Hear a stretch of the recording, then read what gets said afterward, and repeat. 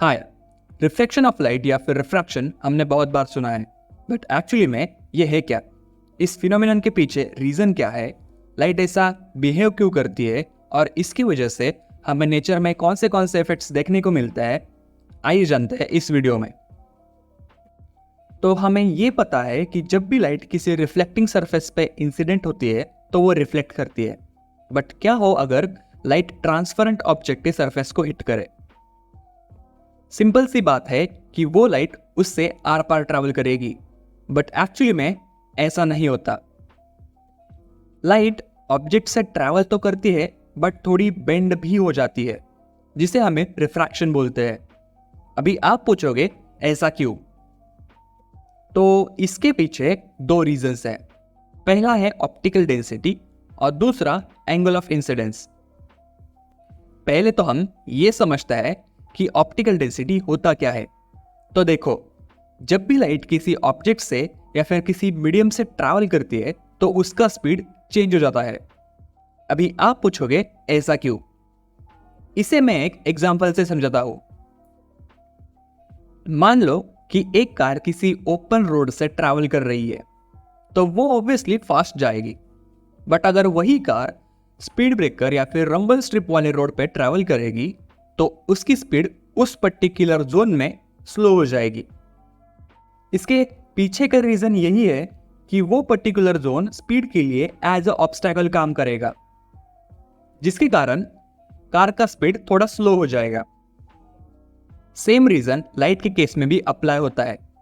जब लाइट किसी denser medium से ट्रैवल करती है तो उस मीडियम के मॉलिक्यूल्स लाइट के लिए एक टाइप का ऑब्स्टैकल या फिर रेजिस्टेंस का काम करते हैं, जिसके कारण लाइट की स्पीड चेंज हो जाती है।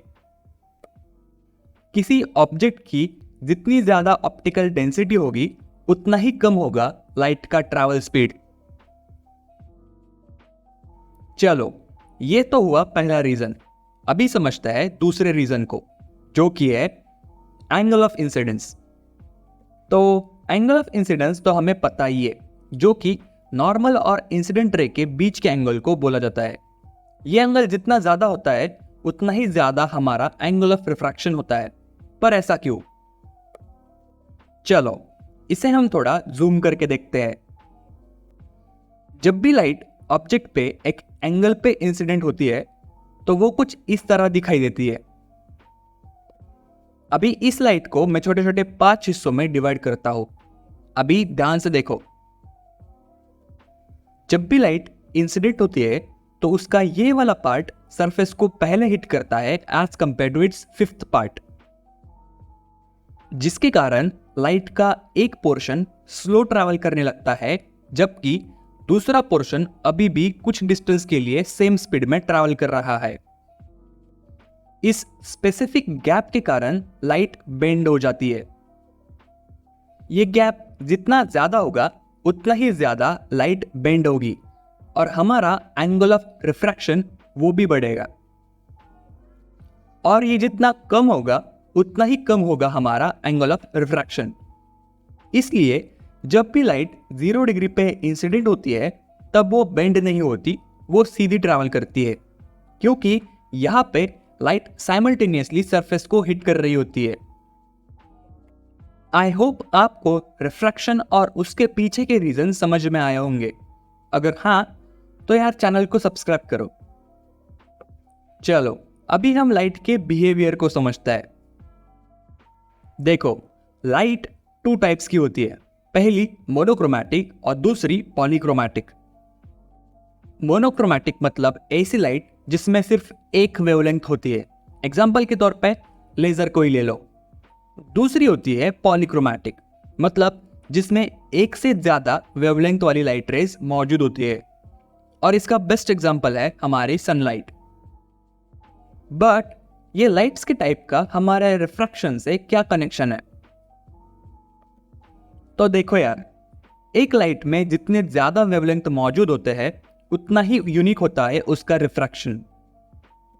इसका बेस्ट एग्जांपल है प्रिज्म, जिसमें एक साइड से सनलाइट पास होती है और हमें दूसरी तरफ विजिबल लाइट का स्पेक्ट्रम दिखाई देता है। ये ऐसा इसीलिए होता है क्योंकि सनलाइट एक पॉलीक्रोमैटिक लाइट है इसमें बहुत सारी वेवलेंथ्स मौजूद होती है, जिसमें से रेड वाली वेवलेंथ फास्टर ट्रैवल करती है और वॉयलेट वाली वेवलेंथ स्लो। इनके इसी स्पीड डिफरेंस के कारण ये लाइट्स प्रिज्म में जाने के बाद स्प्रेड हो जाती है और नतीजा हमें रेनबो पैटर्न दिखाई देता है, जिसे हम विजिबल लाइट स्पेक्ट्रम भी बोलते हैं। चलो, रिफ्रैक्शन की कंसेप्ट को तो हमने समझ लिया, पर क्या हम इसके एंगल्स, स्पीड, रिफ्रैक्टिव इंडेक्स को कैलकुलेट कर सकते हैं? और आंसर है yes, with the help of Snell's law. But वो हम देखेंगे अगले वाले वीडियो में।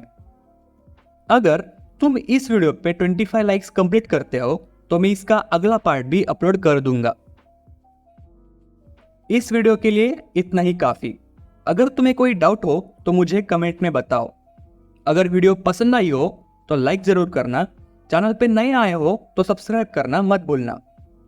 मिलता हूं मैं आपसे अगली वीडियो में। Till then, take care and bye.